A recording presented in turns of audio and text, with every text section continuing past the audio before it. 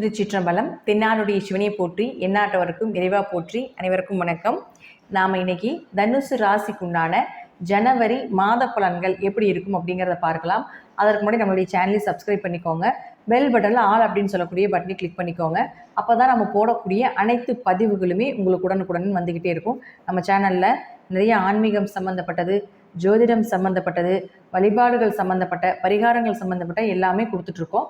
அதையும் நீங்கள் பார்த்து பயன்பெறுங்கள். தனுசு ராசியை பொறுத்த வரைக்கும் பார்த்துட்டிங்கன்னா, ராசி அதிபதி ரோகிணி நட்சத்திரத்தில் வக்ரம் பெற்று உங்களுக்கு இருக்கிறார். 6ஆம் இடத்துல இருக்கும் பொழுது கடனோ, நோயோ, நோய்க்கு செலவு பண்ணுறதோ, மருத்துவ செலவுகளோ மீண்டும் மீண்டும் மீண்டும் ஏதோ ஒன்று வந்துக்கிட்டே இருக்கும் அப்படிங்கிற அமைப்புண்டு.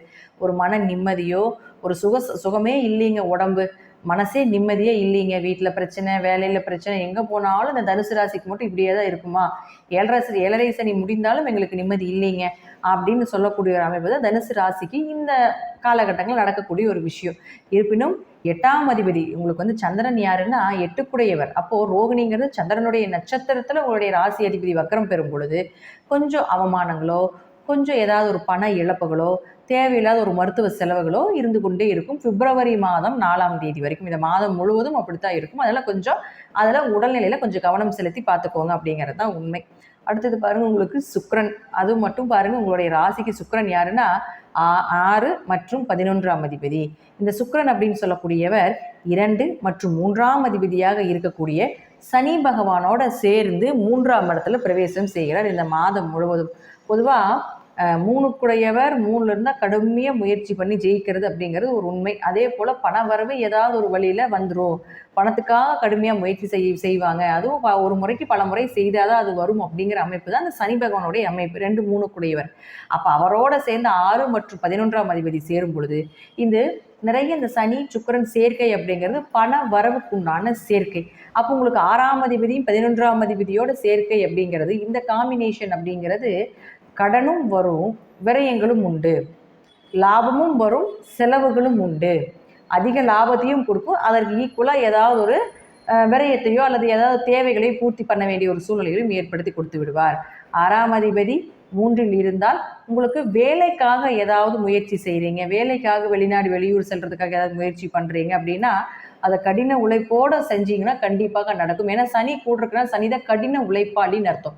அப்போ எந்த அளவுக்கு தனுசு ராசிக்காரர்கள் இந்த மாதம் கடினமாக உழைக்கிறீங்களோ அந்த அளவுக்கு கடினமான பண வரவுகள் வரும். சனி சுக்கிரன் சேர்க்கை பண வரவுக்கு உண்டான சேர்க்கை, நிறைய சேர்க்கைகள் இருக்குது. இதில் இயற்கையாகவே பண வரவு எப்பொழுதுமே இருக்கக்கூடிய சேர்க்கை அப்படிங்கிறது சனி சுக்கிரன், அது உங்களுக்கு சேர்ந்துருக்குது. அது அவர் சுக்கிரன் லாபஸ்தானாதிபதியாக சேர்ந்திருக்கிறது மிகப்பெரிய ஒரு யோகம். அப்போ இதையே நீங்கள் பயன்படுத்திக்கிட்டீங்கன்னா கொஞ்சம் ஹார்ட் எஃபர்ட் போடுங்க. அதனால் கொஞ்சம் உடம்பு தளர்வுகள் ஏற்படும், கொஞ்சம் மனசு கொஞ்சம் வேதனைகளாகத்தான் இருக்கும். ஆனாலும் நீங்கள் எதிர்பார்த்த பணவரவை விட மிகப்பெரிய ஒரு வளர்ச்சி அப்படிங்கிறது நிச்சயமாக ஏற்படுத்தி கொடுத்து விடுவார். அடுத்தது செவ்வாய். இந்த செவ்வாய் அப்படின்னு சொல்லக்கூடியவர் யாருன்னு பார்த்துட்டிங்கன்னா 5 மற்றும் 12ஆம் அதிபதி. இந்த 5ஆம் அதிபதியான செவ்வாய் உங்களுக்கு 8ஆம் இடத்துல வக்ரமாகிறார், நீசம் பெற்று வக்ரமாகிறார். அப்போ குழந்தைகளுக்கும் ஏதாவது ஒரு மருத்துவ செலவுகளோ, ஒரு விரயங்களோ, அல்ல குழந்தைகளோடு சேர்ந்து ஏதாவது சுற்றுலா போயிட்டு வர வேண்டிய ஒரு சூழ்நிலைகளோ அப்படிங்கிறது உண்டு. பெருசாக நம்ம உள்ளே கொஞ்சம் நெகட்டிவாக தான் எல்லா கிரகங்களும் இந்த மாதம் இருக்குது அப்படிங்கிறதுனால பெருசாக நீங்கள் அதை யோசிக்க வேண்டியதே இல்லை. கொஞ்சம் ஹார்ட் எஃபர்ட் போட்டு என்ன பண்ணீங்களோ அது உங்களுக்கு சக்ஸஸாக இருக்கும். செவ்வாய் அடுத்தது பாருங்கள், உங்களுடைய ராசிக்கு 7க்கு வந்துடுறாரு 21ஆம் தேதிக்கு மேலே.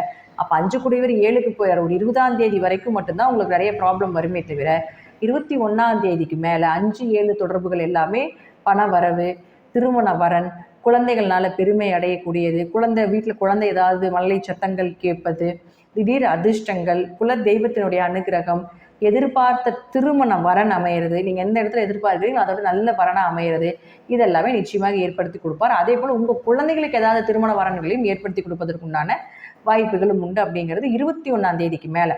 அப்போ உங்களுடைய பிளானிங் எல்லாமே நீங்கள் 21ஆம் தேதிக்கு மேலே தான் வச்சுக்கணும். 20ஆம் தேதி வரைக்கும் கொஞ்சம் பொறுமையாக என்ன இருக்குதோ அது கடினமான உழைப்பை போட்டு அதில் சம்பாதிக்கிறதுக்கு உண்டான வாய்ப்புகளோ, அதில் எப்படி சேர்த்தலாம் அப்படிங்கிற வாய்ப்புகளை மட்டும் நீங்கள் எடுத்துகிட்டு 21ஆம் தேதிக்கு மேலே உங்களுடைய சந்தோஷம், உங்களுடைய பிளானிங், உங்களுடைய சுற்றுலா, குடும்ப தேவைகள் இதெல்லாமே 21ஆம் தேதிக்கு மேலே நீங்கள் வைத்துக்கொள்ளும் பொழுது அது சக்ஸஸாக இருக்கும் அப்படிங்கிறதா உண்மை.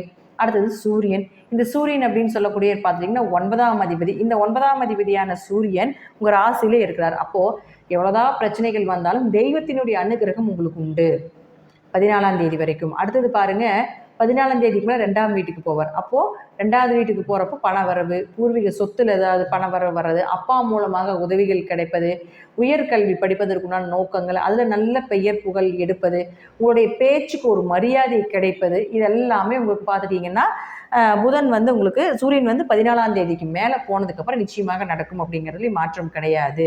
ஏன்னா புதனும் கூட சேர்ந்து இருக்கார். புதன் யாருன்னா உங்கள் ராசிக்கு 7 மற்றும் 10ஆம் அதிபதி. அப்போ 7 மற்றும் 10ஆம் அதிபதியான புதன் உங்களுக்கு இதே இடத்துல 24ஆம் தேதி வரைக்கும் இருப்பார். அப்போ கேந்திராதிபதி கேந்திரத்தில் இருக்கும் பொழுது திருமண வரன், தொழில் வளர்ச்சி, தொழில் மாற்றங்கள், தொழிலில் இன்னும் கொஞ்சம் ஏதாவது பொருட்கள் போட்டு அதிகப்படுத்துறது, விரிவுபடுத்துறது, தொழிலில் வந்து ஒரு பிரபலம் ஆகிறது, இது எல்லாமே வந்து அந்த 20 நாட்களில் ஒரு வளர்ச்சி நிச்சயமாக ஏற்படுத்தி கொடுக்கும். ஒரு பகுதி ஒரு 50% வந்து உடல் உழைப்பு, அதே போல் மருத்துவ செலவுகள், நோய் தொந்தரவுகள் இருந்தாலும் ஒரு 50% தொழில் வளர்ச்சி, வருமானம், இதெல்லாமே ஒரு 15ஆம் தேதிக்கு மேலே எதிர்பார்க்கலாம். 20ஆம் தேதிக்கு மேலே உங்களுக்கு நல்ல சந்தோஷங்கள் கொடுக்கக்கூடிய ஒரு மாதமாக இருக்கும் அப்படிங்கிறதுல மாற்றமே இல்லை அப்படிங்கிறத உண்மை. இந்த மாதம் தனுசு ராசியை பொறுத்த வரைக்கும் பார்த்துட்டிங்கன்னா தொழிலில் கான்சன்ட்ரேஷன் பண்ணுங்கள், கடின உழைப்பை போடுங்க, போட்ட உழைப்புக்குண்டான ஊதியமும் பாராட்டும் நிச்சயமாக 20ஆம் தேதிக்கு மேலே வரும் அப்படிங்கிறது உங்கள் ஜாதகத்தினுடைய அமைப்பு. ஜாதகத்தில் தசாபுக்தி நல்லா இருந்தால் நான் சொல்லக்கூடிய கருத்துக்கள் சிறிது மாறுபடலாம். நன்றி. மீண்டும் ஒரு நல்ல பதிவில் சந்திக்கலாம். திருச்சிற்றம்பலம், தில்லையம்பலம், ஸ்ரீ நரசிம்மர் திருவடிகளில் சரணம்.